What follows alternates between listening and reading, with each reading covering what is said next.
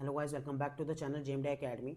तो ये वीडियो रहने वाली है आप लोग की सबसे बड़े डाउट की, that will be what is the level of IMCT exam, जो अभी तक हर एक एस्पिरेंट और मींस जो बच्चा दे चुका है और अभी ड्रॉपर है, या फिर जो बच्चा देना चाहता है जो अभी 12th में अपीयर कर रहा है, उसके भी डाउट मन में हमेशा ही रहता है कि सर आईएमसीटी का लेवल क्या रहता है। हम लोग को अलग अलग जगह वीडियोस मिलते हैं, हम लोग मेहता सर की भी काफ़ी वीडियोस देखते हैं, प्रणीत सर के, तो वो भी उसमें कहते हैं कि आईएमसीटी का लेवल ये है ये वगैरह। तो एज अ स्टूडेंट के पॉइंट ऑफ व्यू से अगर मैं बोलूँ तो आईएमसीटी का लेवल एक मॉडरेट लेवल पेपर होता है, जिसमें अगर हम लोग बात माने, सबसे पहले हम डिवाइड करते हैं अलग अलग subject wise. First will be PCM, physics chemistry math. तो टोटली आपका आईएमसीटी का जो पेपर होता है, जिसमें फिजिक्स केमिस्ट्री मैथ जो होता है वो आपका 12th बेस्ड होता है। अब आप कहेंगे सर 12th बेस्ड तो हर कोई कहता है, इसमें अलग क्या है? तो अगर एज अ स्टूडेंट बेस में, स्टूडेंट पॉइंट ऑफ व्यू से अगर मैं आपको एक बात बोलूँ, तो 12th बेस तो है, बट टोटली इसका लेवल आप डिसाइड करते हैं। आपकी तैयारी और आपकी प्रिपरेशन ही डिसाइड करेगी कि आपका जो लेवल है पेपर का जो आप देने वाले हो वो क्या है।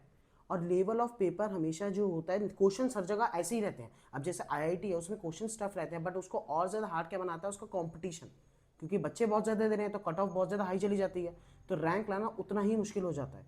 अब अगर मैं बात करूँ आईएमसीटी की, तो लास्ट टाइम भी 37,000 बच्चों ने पेपर दिया है, तो कॉम्पिटिशन अभी फिलहाल के लिए उसमें कम है, राइट। तो इंपॉर्टेंट चीज़ ये होती है कि वो टोटली आपके प्रिपरेशन डिपेंड करता है कि आपका पेपर का लेवल, जिस बच्चे ने पढ़ा है उसके लिए पेपर बहुत ज़्यादा आसान होने वाला है।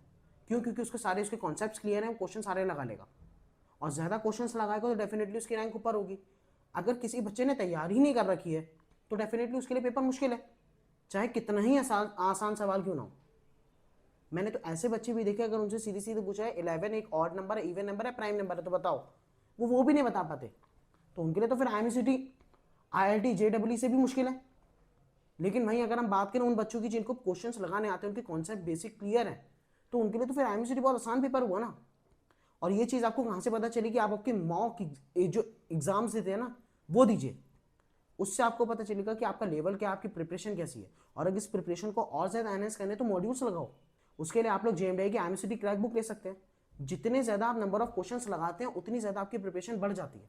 और अब तो जेएमडीआई के स्टार्ट ऐप पे टेस्ट सीरीज भी आ रही है, जितने ज़्यादा नंबर ऑफ क्वेश्चन उसमें मिलेंगे आपको वो तो बेटर है, क्योंकि वो भी 200 मार्क्स के आईएमसीटी बेस्ड टेस्ट पेपर ही हैं।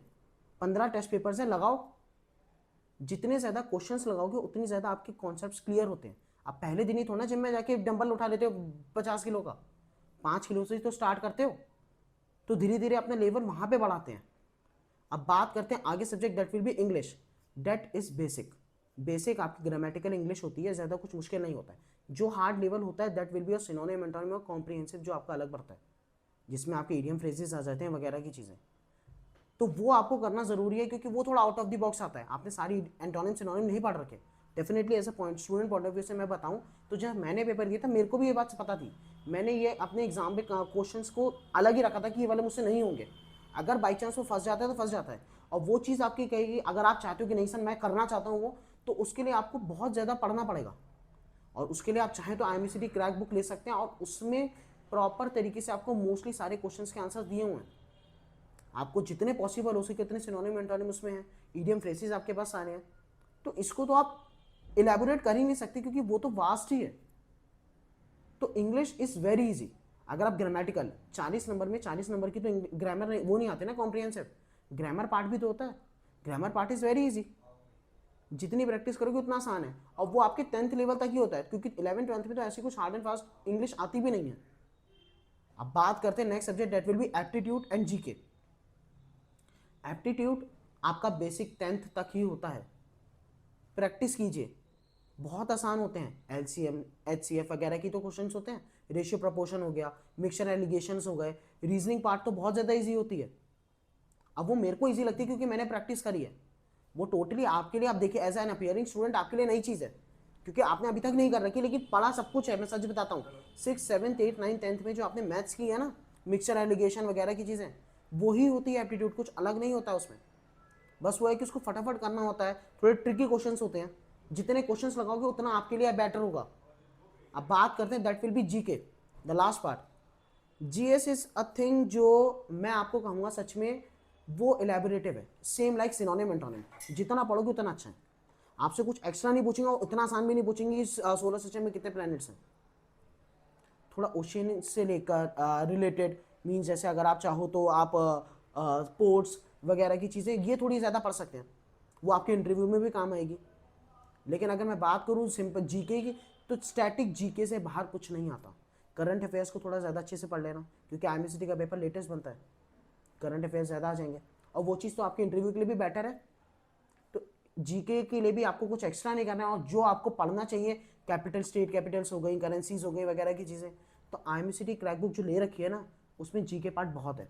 पीसीएम के लिए बाहर की मॉड्यूल्स भी उठानी पड़ सकती है, मैं मानता हूँ, बट इंग्लिश, एप्टीट्यूड और जीएस बहुत है उसमें, और पीसीएम तो आपको जितनी हो सके उतनी करनी पड़ेगी, तभी तो आपके कॉन्सेप्ट्स क्लियर होंगे। क्योंकि मुझे नहीं लगता कि पहली बारी में वर्क एनर्जी पावर किसी को आ जाएगा, डेफिनेटली नहीं आता। ठीक है, तो जितनी ज़्यादा प्रैक्टिस करोगे उतना ही कैलकुलस अपने दिमाग में बैठा पाओगे। ठीक है, तो इसीलिए मैं आप लोगों से रिक्वेस्ट करूंगा कि प्लीज़, अगर अभी तक आप लोगों ने बाय नहीं किया तो आईएमसीटी क्रैक बुक जाके बाय कर लीजिए। mypuस्तक.com पे आपको लिंक आपके कमेंट सेक्शन में मिल जाएगा, क्योंकि वो मेरे को लगता है कि आपकी प्रिपरेशन के लिए सबसे पहली मॉड्यूल बिल्कुल करेक्ट है, और उतना ही लेवल आपके पास होना चाहिए। एनडीए पाथ फाइंडर वगैरह की चीज़ें तो आप बाद में करें तो वो बेटर है, वो भी इसके बाद। तो अभी तक के लिए तो मुझे लगता है कि आपके मैंने सारे डाउट्स क्लियर कर दिए हैं। अगर कोई भी डाउट आपको लगता है कि अभी भी आपके मन में, या फिर मैंने कोई चीज़ गलत बोली हो, तो डेफिनेटली आप कमेंट सेक्शन में कमेंट कर सकते हैं, आपके सारे डाउट्स को क्लियर कर दिया जाएगा। तब तक के लिए जय हिंद, जय भारत, जय माता दी।